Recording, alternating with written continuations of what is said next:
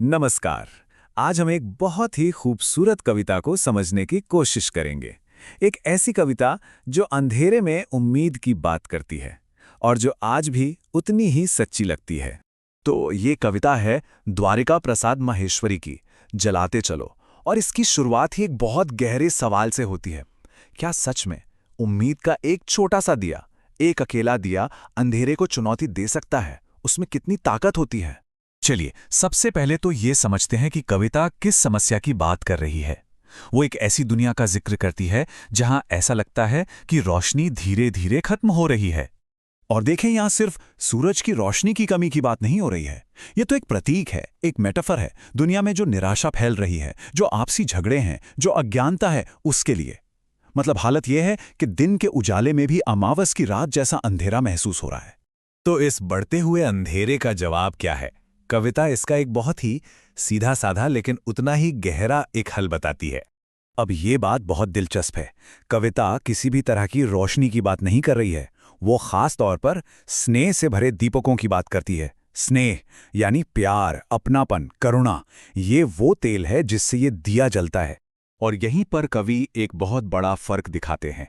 वो कहते हैं कि बिजली की जो तेज लेकिन बिना किसी भावना के, बिना आत्मा के जो रोशनी है, उसे बुझा दो।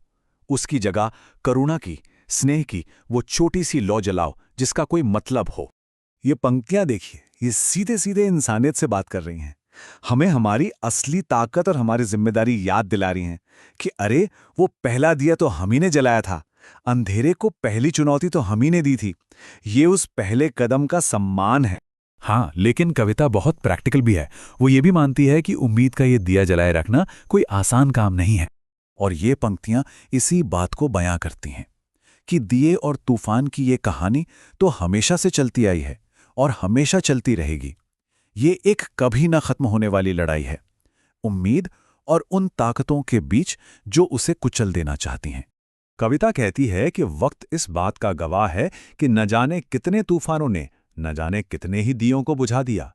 ये दिखाता है कि जब भी कोई अच्छा काम करने की कोशिश होती है तो उसके सामने लगातार मुश्किलें आती ही हैं। तो इतनी मुश्किलों के बाद, इस संघर्ष के बाद, अब हम कविता की सबसे ताकतवर और सबसे ज्यादा उम्मीद से भरे हिस्से की तरफ बढ़ते हैं। तो जैसा कि हमने देखा, ये संघर्ष कभी खत्म नहीं होता। लेकिन इसके बावजूद इस कविता का जो मूल संदेश है वो है गहरी अटूट उम्मीद का। और ये पंक्तियां, ये एक तरह का वादा है, एक अविश्वसनीय वादा कि अगर इस धरती पर सिर्फ एक दिया भी जलता रह गया तो एक न एक दिन इस रात की सुबह जरूर होगी। सोचिए, करुणा का एक अकेला लगातार जलता हुआ दीपक पूरी दुनिया में रोशनी ला सकता है। तो इसका मतलब क्या हुआ? इसका मतलब यह है कि उम्मीद जगाने वाले जो काम होते हैं वो अकेले नहीं रह जाते। एक दिया दूसरे को रोशन करता है और वो मिलकर एक नई सुबह लाते हैं। एक की रोशनी हजारों की रोशनी बन जाती है। और आखिर में कविता हमें इसी एक सवाल के साथ छोड़ जाती है। ये जो इतनी बड़ी सीख है उसे ये हमारे लिए एक निजी सवाल बना देती है। तो आज कौन सा दीपक जलाया जाएगा?